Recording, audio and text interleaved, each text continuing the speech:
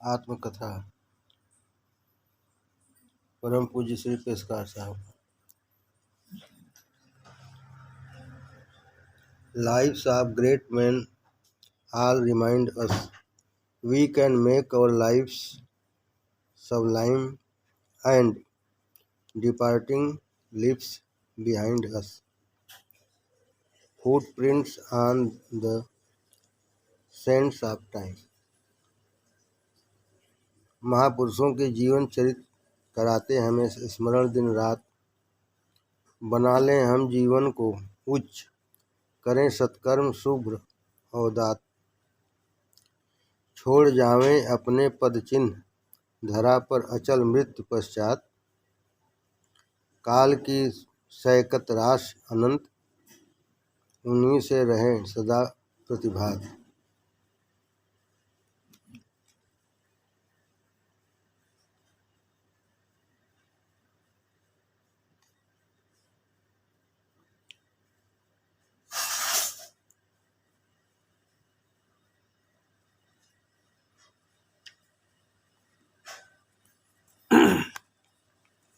गुरु वंदना। गुरुदेव तुम्हारी जय होए, भगवान तुम्हारी जय होए। हो तुम्ही एक आश्रय दाता, तुम रक्षक बंधु पिता माता। तुम बिन है राह कौन पाता, तुम से ही जीव अभय होए। गुरुदेव तुम्हारी जय हो। तुम परम तत्व के ज्ञाता हो, दुर्गति में सुगति विधाता हो। दुख में सुख के निर्माता हो, कुसुमय तुमसे सुसमय हो। गुरुदेव तुम्हारी जय हो। दुखियों के सुख कारक तुम हो, अधमों के उद्धारक तुम हो। भवसागर से तारक तुम हो, तुमसे सौभाग्य उदय होए। गुरुदेव तुम्हारी जय हो। पशु में मानवता लाते तुम, मानव को पूर्ण बनाते तुम। वह योग्य विधान सिखाते तुम, जिससे पापों का क्षय हो। गुरुदेव तुम्हारी जय हो। कल्याण शरण में आते ही, दुखहारी दर्शन पाते ही। पथ दर्शक तुम्हें बनाते ही, आनंद लाभ अतिशय हो। गुरुदेव तुम्हारी जय हो। धृत सुकृत सुमति मिलती तुमसे, कीरत शुभगति मिलती तुमसे। तब त्याग विरत मिलती तुमसे, अति सुंदर सदय हृदय हो। गुरुदेव तुम्हारी जय। मैंपन सब तुममें खो जावे, अंतर का मल सब धो जावे। जीवन अमृतमय हो जावे, चेतना तुम्हीं में लय हो। गुरुदेव तुम्हारी जय हो। अवधान तुम्हीं देने वाले, विज्ञान तुम्हीं देने वाले, वह ध्यान तुम्हीं देने वाले। यह पथिक प्रेम प्रभुमय हो। गुरुदेव तुम्हारी जय होए, भगवान तुम्हारी जय हो। प्रार्थना। लेखक डॉक्टर राम नारायण वर्मा। अखंड मंडलाकारं व्याप्तं येन चराचरं, तत्पदं दर्शितं येन तस्मै श्री गुरुवे नमः।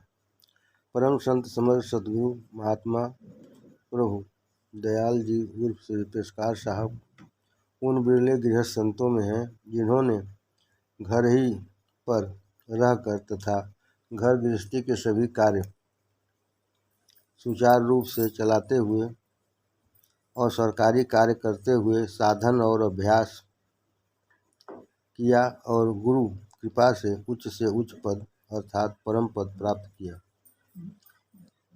आपका जन्म सन 1885 ईस्वी में कोंच जिला जालौन में एक प्रतिष्ठित श्रीवास्तव कुल में हुआ था। आपके पिता श्रीमान राम दयाल जी एक प्रतिष्ठित जमींदार थे। तहसील कोंच के अंतर्गत कई गांव में आपकी जमींदारी थी, जो अब भी चली आ रही है। आपके और आपके छोटे भाई परम संत समर्थ सदगुरु महात्मा भवानी शंकर जी द्वारा बुंदेलखंड और जिला जालौन में आत्मविद्या का सुंदर प्रचार हुआ और हो रहा है। बचपन से ही आपको धार्मिक पुस्तकें पढ़ने का शौक था। तुलसीकृत रामायण तो आपको विशेष प्रिय थी। अपने प्रेमियों को भी आप रामायण पढ़ने के लिए सदा प्रोत्साहित करते रहते थे। आप कहते थे कि प्रेम और भक्ति की कथा पढ़कर छोड़ नहीं देनी चाहिए, अपितु अपने में भी उतारना चाहिए। इसके अलावा वेदांत का भी अध्ययन आपने खूब गंभीरता से किया था। आप भिन्न भिन्न ग्रंथों के सिद्धांतों के विषय में जानकारी प्राप्त करने का प्रयत्न करते थे। परम संत समर्थ सद्गुरु महात्मा रामचंद्र जी महाराज उर्फ श्री लाला जी एवं परम संत समर्थ सद्गुरु महात्मा रघुवर दयाल जी महाराज उर्फ श्री चच्चा जी के दर्शन होने के बाद आपने अपने आप को उनके ही चरणों में पूर्णतः समर्पित कर दिया। श्री पूज्य लाला जी महाराज आपके दीक्षा गुरु पीर और लाला जी साहब के छोटे भाई जो पूज्य चच्चा जी महाराज आपके शिक्षा गुरु मुर्शिद थे। कुछ ही दिनों बाद जब आपका तबादला कानपुर हो गया तो आपने श्री पूज्य चच्चा जी महाराज के मकान के निकट एक कर्नेलगंज में मकान किराए पर ले लिया तथा वहीं पर रहने लगे और अपना सारा समय गुरु सत्संग तथा गुरु सेवा में ही व्यतीत करने लगे। गुरु स्मरण तथा गुरु चिंतन से आपने अपने पुस्तकीय ज्ञान का साक्षात अनुभव किया। आपकी फनाइयत लय इस दर्जे की तक बढ़ी हुई थी कि बहुधा लोगों को आपको देखकर श्री पूज्य लाला जी महाराज का धोखा हो जाता था। आप श्री पूज्य चच्चा जी की आज्ञा का अक्षरशः पालन करते थे। एक बार श्री पूज्य चच्चा जी ने फरमाया कि गुरु के स्थान पर जाना अपनी मर्जी से चाहिए, मगर बिना उनकी आज्ञा से वापस नहीं आना चाहिए। अतः अगले दिन ही से आपने निश्चय कर लिया कि जब तक श्री पूज्य चच्चा जी न कहेंगे तब तक घर वापस न जाऊंगा। इस प्रतीक्षा में दोपहर के 2 बजे तक श्री पूज्य चच्चा जी ने वहाँ ही बैठे रहे। चच्चा जी के यहाँ ही बैठे रहे। भोजन करने के उपरांत जब श्री पूज्य चच्चा जी महाराज बाहर आए तो आपसे पूछा, पेशकार साहब क्या आपको छुट्टी है, दफ्तर नहीं जाना है? तब आपने कहा कि छुट्टी तो नहीं है। पूज्य चच्चा जी ने फरमाया तो फिर आप जाइए। आप नहा धोकर तथा भोजन करके दफ्तर पहुँचे और चपरासी से पूछा कि मेरी अनुपस्थिति में डिप्टी साहब ने बुलाया तो नहीं? चपरासी हंसने लगा और बोला कि पेशकार साहब आप क्या कहते हैं, अभी तो आप डिप्टी साहब से कागजों पर हस्ताक्षर करवा कर लाए हैं।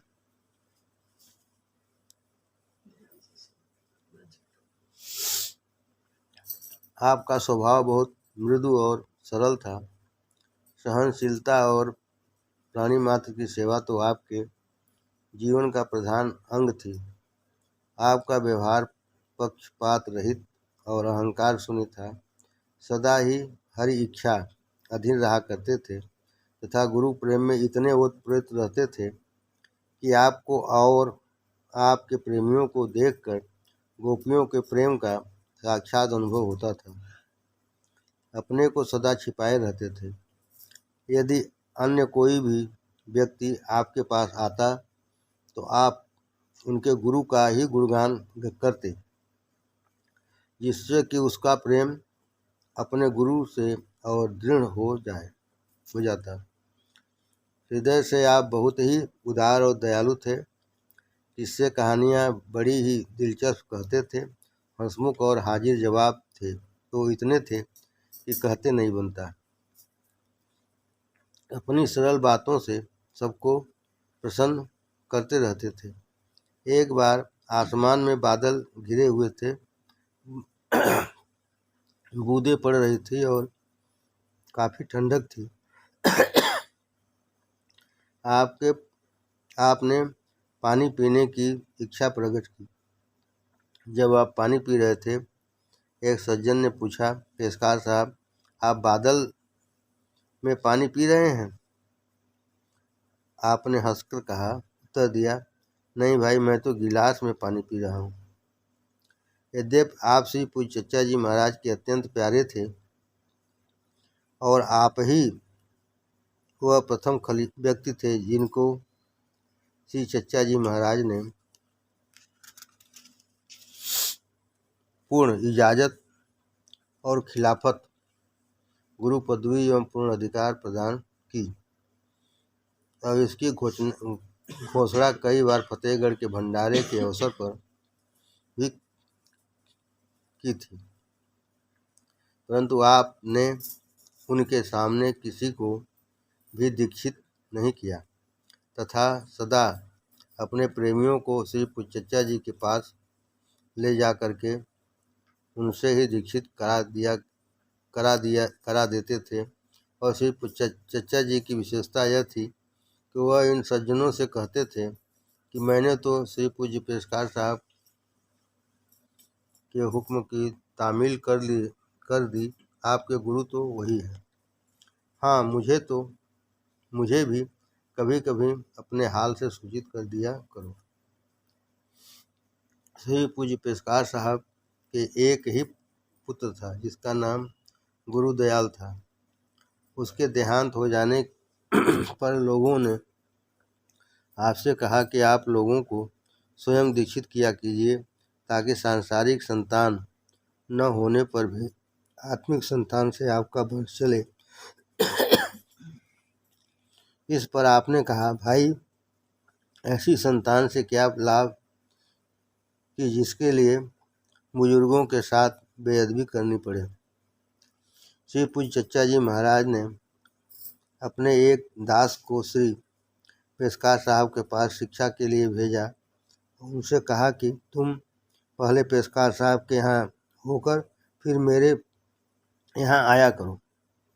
अतः वह दूसरे दिन से प्रातः 5 बजे श्री पेशकार साहब के पास जाते और वहाँ से 7 बजे पूज्य चचा जी के यहाँ पहुँचते थे।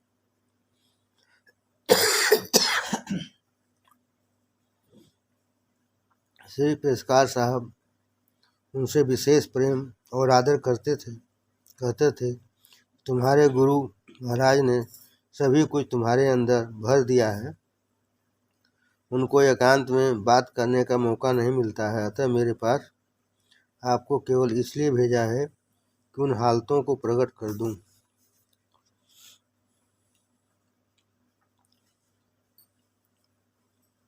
तुम श्री पूज्य चचा जी के अत्यंत प्यारे हो। अंत में आपने इन्हीं सज्जन को मुकम्मिल इजाज़त अर्थात गुरु पदवी के पूर्ण अधिकार प्रदान किए।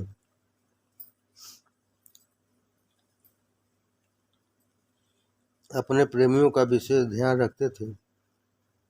एक बार आप तथा कुछ सत्संगी भाई श्री पूज्य चचा जी के साथ इलाहाबाद आए हुए थे। वहाँ एक सज्जन आपसे आज्ञा लेकर अपने संबंधी के यहाँ मिलने गए। लौटने में अधिक रात हो गई। यद्यपि सब लोगों ने भोजन कर लिया, परंतु पेशकार साहब उनके इंतजार में बैठे रहे और उनके वापस लौटने पर जब उन्होंने भोजन किया तभी आपने भी भोजन किया। ऐसा प्रेम करने वाला कौन मिलेगा? धन्य हो गुरुदेव। निर्निवाहन एक रस महाकठिन व्यवहार। आपका भविष्य ज्ञान बहुत ही बढ़ा हुआ था, परंतु आप छिपे हुए रहते थे। एक बार आपने एक मास्टर साहब से कहा कि भाई, एमए की परीक्षा क्यों नहीं देते?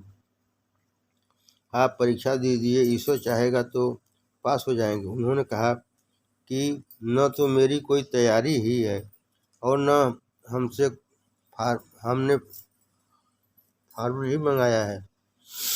पेशकार साहब ने पुनः फार्म भरने के लिए जोर दिया और कहा, तलाश करो, संभव है किसी मित्र के पास मिल जाए। अगर लेट फीस देनी पड़े तो कोई हर्ज नहीं। इस पर फिर उन्होंने कहा कि साहब, मेरे पास रुपये भी नहीं है।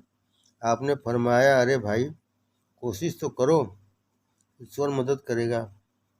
प्रयत्न करने पर उनको अपने मित्र के पास फार्म भी मिल गया, रुपयों का भी प्रबंध हो गया और फार्म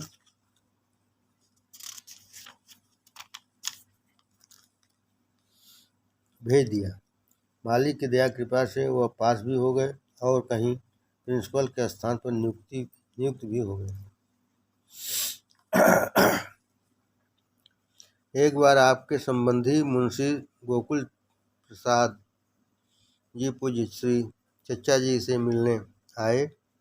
जाते समय श्री पेशकार साहब ने उनसे फरमाया कि भाई, दिन की गाड़ी से जाना, रात की गाड़ी से सफ़र न करना।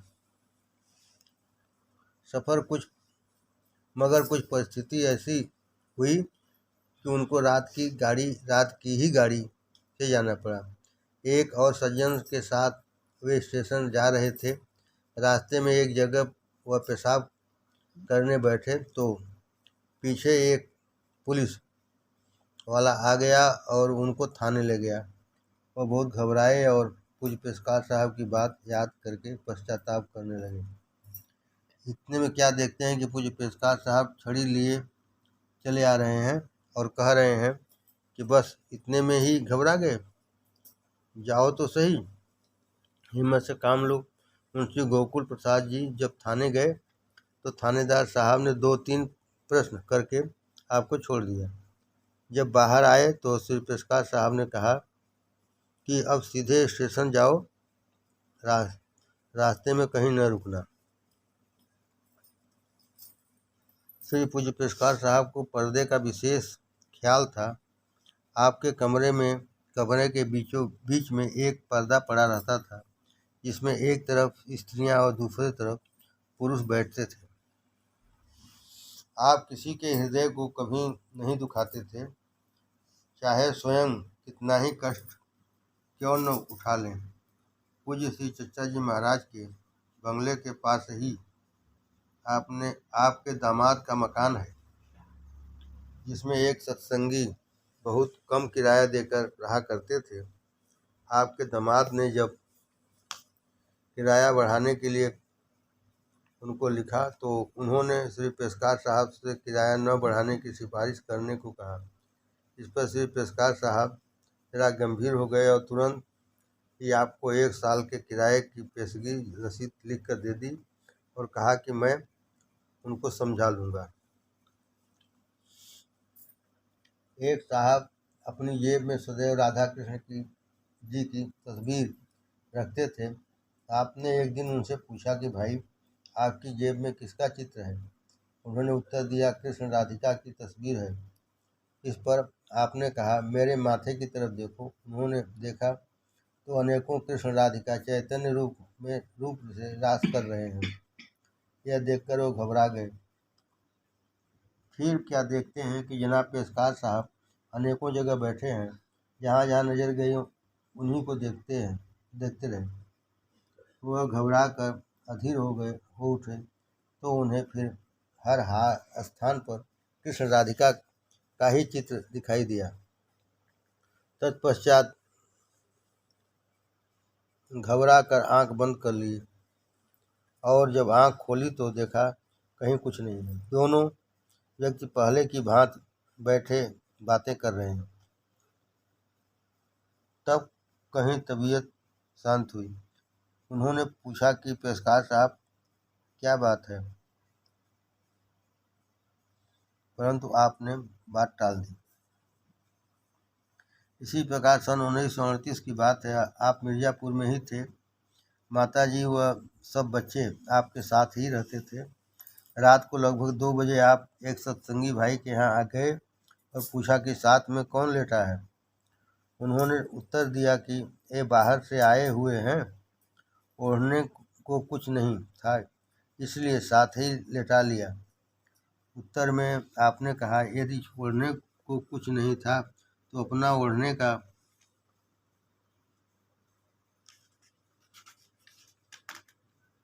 कपड़ा इन्हें दे देते और स्वयं कष्ट उठा लेते। यह तो ठीक नहीं है। अपने बिस्तर पर किसी को सुलाना अच्छा नहीं। इससे नुकसान होता है और रूहानी तरक्की रुक जाती है। उन्हीं दिनों एक पत्र दिल्ली से एक इन साहब के पास आया, जिससे मालूम हुआ कि पूज्य पेशकार साहब उसी रोज़ रात में दिल्ली में एक सत्संगी के यहाँ गए। इन सत्संगी भाई का एक लड़का बीमार था। इन्हें हर प्रकार से सांत्वना दी और जब इनकी धर्मपत्नी जी नाश्ता लेने अंदर गई तो वो अंतर्ध्यान हो गए। श्री पूज्य पेशकार साहब का अध्ययन बहुत ही गहन था।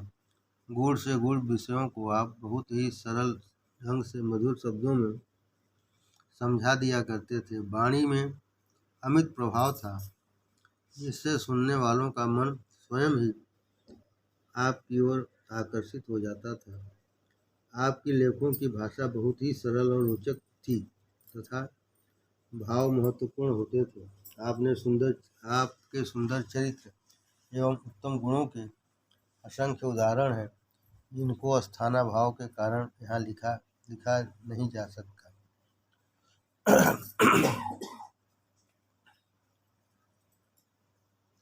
अब आगे आपकी आत्मकथा सेवा में उपस्थित की जा रही है।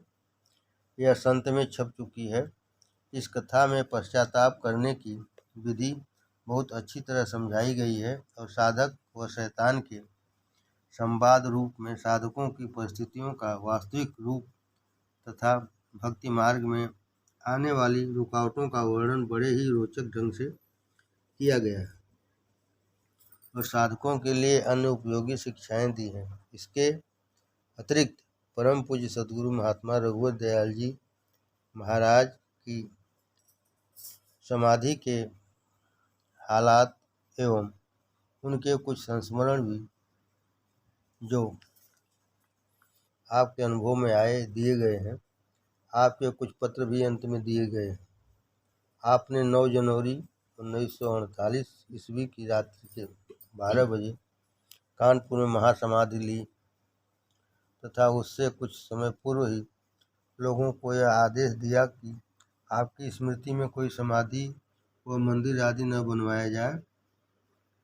आपका स्थान मकान नंबर 88/548 शीशा मोड़ बड़ा चौराहा कानपुर में, जहां आपकी पुण्य स्मृति में 7, 8, 9 जनवरी के दिन प्रतिवर्ष भंडारा आपके दामाद श्री रघुवीर प्रसाद जी द्वारा बड़े प्रेम उत्साह व लगन के साथ समाहित होता है।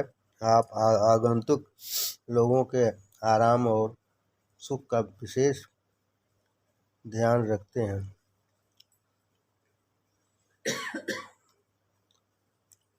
कानपुर, दिनांक 9 जनवरी 1970।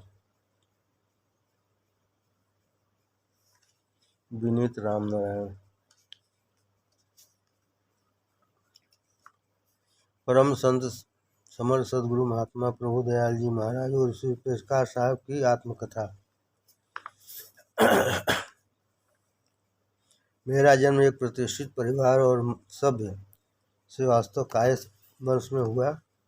मेरे पिताजी का स्वर्गवास मेरी 10-12 वर्ष की अवस्था में हो गया। मेरे पिताजी ईश्वर भक्त थे। मेरी माता उनका वियोग न सह सकी और 2-3 साल बाद शरीर छोड़ दिया। मेरी माताजी की यह इच्छा थी कि मेरा पुत्र ईश्वर भक्त बने, अतः कुल पुरोहित से मुझको ईश्वर भक्ति की प्रार्थना और संध्या इत्यादि सीखने के लिए कहा करती थी और बचपन से मुझको ईश्वर की ओर लगाने का उनका प्रयत्न रहता था।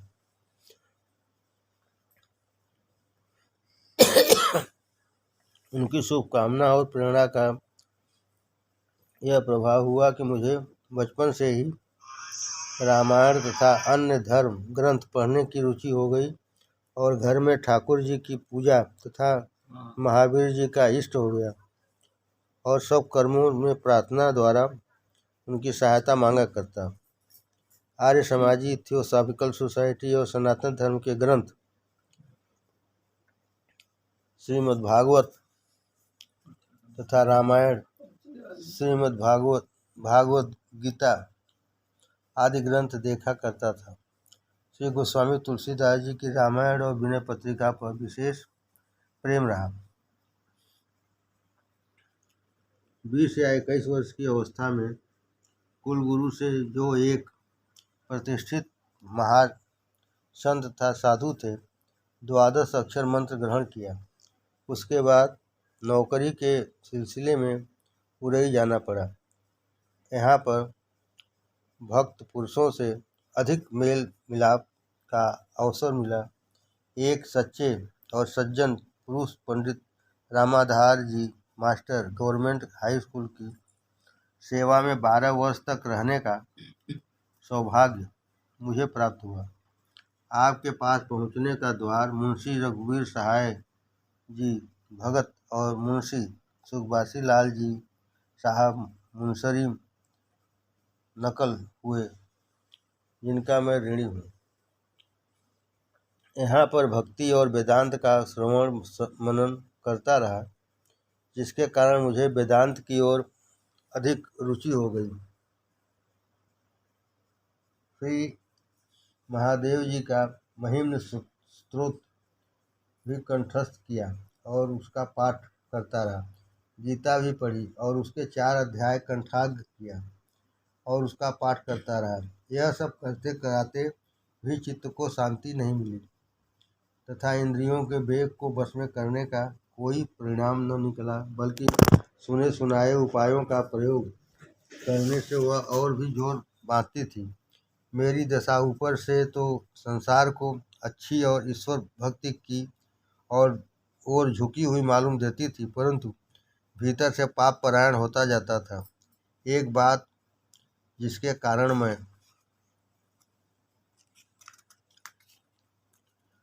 बिल्कुल ही पतित होने से बच गया, लोक लाज थी। इसका मुझे बहुत ख्याल था, अपने वंश के में बदनाम और समाज में तिरस्कृत न हो जाऊं। पापों से बचने में 2 बातों से मुझे बहुत सहायता मिली, अन्यथा न जाने मैं कितना पतित हो जाता। मुझे अपनी इंद्रियों के सुख शान शौकत ठाट बाट बनाने के लिए रुपए खर्च करने में बहुत दुख होता।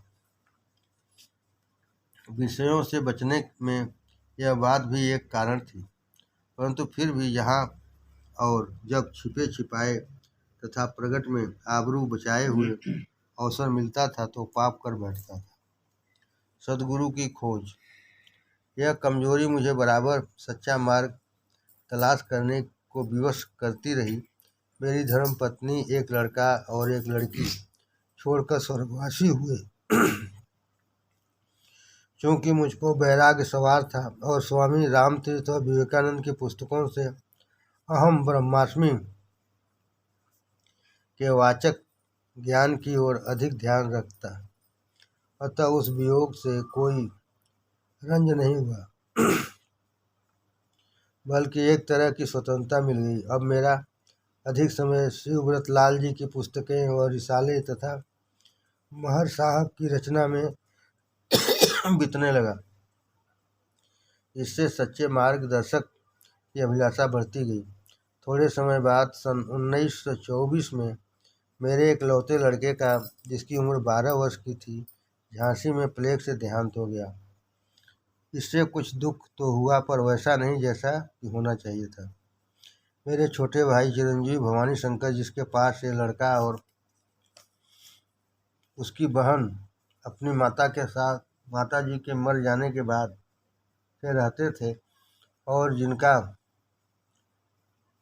उससे बहुत ज़्यादा प्रेम था, बहुत रंज हुआ। उनके चित्त में पहले से ही वैराग्य था। इस दुख से उन पर और भी प्रभाव पड़ा, अतः खास तौर से उनके शोक को दूर करने के लिए तथा गुरु की खोज के लिए, जो ऐसी दीन और दुखी दशा में शांति का मार्ग दिखावे, तीर्थ यात्रा और को सपरिवार चल दिया।